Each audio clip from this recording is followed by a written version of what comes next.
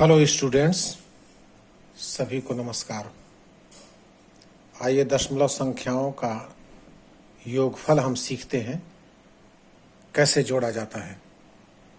2.3, 7.005, 3.8235, 2.0015 इस तरीके से कैसे जोड़ते हैं।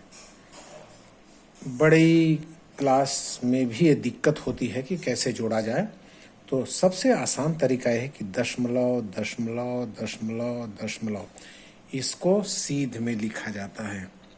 जिस प्रकार पिछली कक्षाओं में इकाई इकाई के सामने, दहाई दहाई के सामने, सैकड़ा सैकड़ा के सामने लिखा जाता था, दशमलव में ऐसी बात नहीं है। इसमें दशमलव को आमने सामने लिखा जाता है। इसके बाद दशमलव से छोटे अंक, छोटी संख्याओं को दाईं ओर और दशमलव से बड़ी यानी पूर्णांक को बाईं ओर का हिसाब रखा जाता है। बाईं ओर चलेगा इकाई दहाई सैकड़ा और इधर दाईं ओर चलेगा दशमलव वाला। तो दशमलव के एक अंक वाला इधर देखिए, सबको दशमलव अपनी जगह पर हम रखे हैं, इसमें दशमलव अपनी जगह पर और बाकी को क्रमशः जमा दिए हैं ऐसे। ठीक है, ये कहलाता है दशमलव के बाद 10वां घर, फिर 100वां घर, फिर 1000वां घर, फिर 10,000वां घर, ऐसा चलता है। और इधर बाईं तरफ चलता है इकाई दहाई सैकड़ा हजार। ठीक है, तो इस तरीके से इधर के लिए इकाई दहाई सैकड़ा, इकाई दहाई सैकड़ा, ऐसा जैसे परंपरागत रूप से आप करते आए हैं वैसा चलता है। और इधर होता है 10वां, 10वां और 10वां, इसके बाद 100वां, 100वां, फिर 1000वां, 1000वां इत्यादि। तो इस तरीके से हम दशमलव दशमलव के सामने जमा लिए। इसके बाद 3 यहाँ है, इसके बाद पहला अंक है 0, पहला अंक है 8, पहला अंक है 0, इस तरीके से जमा लिए। अब इसको हल करते हैं और दशमलव को बराबर कर लीजिए। 4 अंक है तो एक अंक घट रहा है, यहाँ 0 दे करके 1 2 3 0 देकर बराबर कर लिए।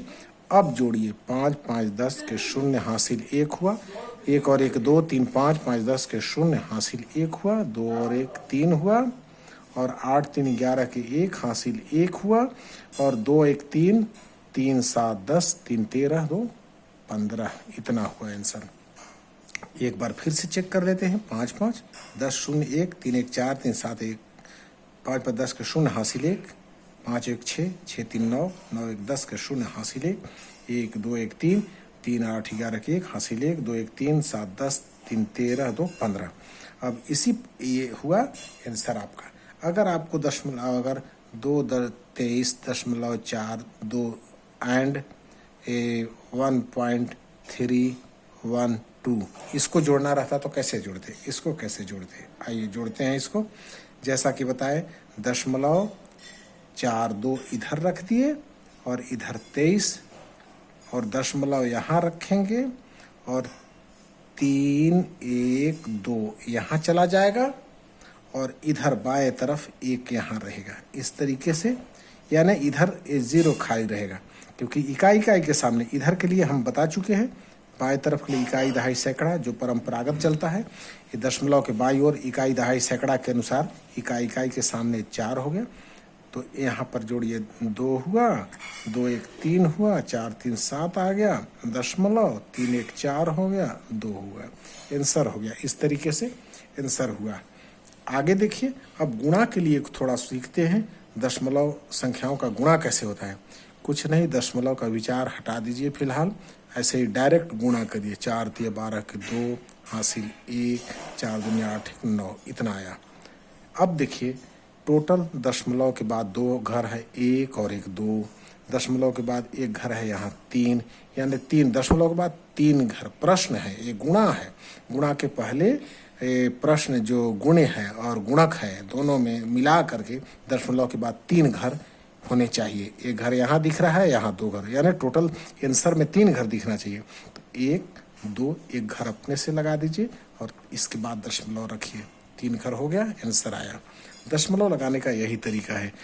टोटल गुणा करने के पहले दोनों संख्याओं में जो दशमलव को गिन लीजिए कि दशमलव के बाद कितने अंक हैं। तो 1 और 2 3 अंक। आंसर में भी दशमलव के बाद 3 अंक चाहिए, तो इसलिए हम ऐसा लगा दिए। अब नेक्स्ट देखिए, इसमें जैसे 2 तिया दशमलव का विचार हटा दिए, दशमलव हटा दीजिए विचार, 2 तिया 6, 2 0 2 0 2 दूनी 4, इतना हुआ। अब हिसाब कीजिए, 3 अंक यहाँ है, 3 अंक यहाँ है, 6 अंक है, तो 6 अंक चाहिए, 1 2 3 4 5 6 और दशमलव, यानी दशमलव 0.04006, इतना आंसर आएगा। इस प्रकार से दशमलव का गुणा होता है। बहुत बहुत शुक्रिया, थैंक यू।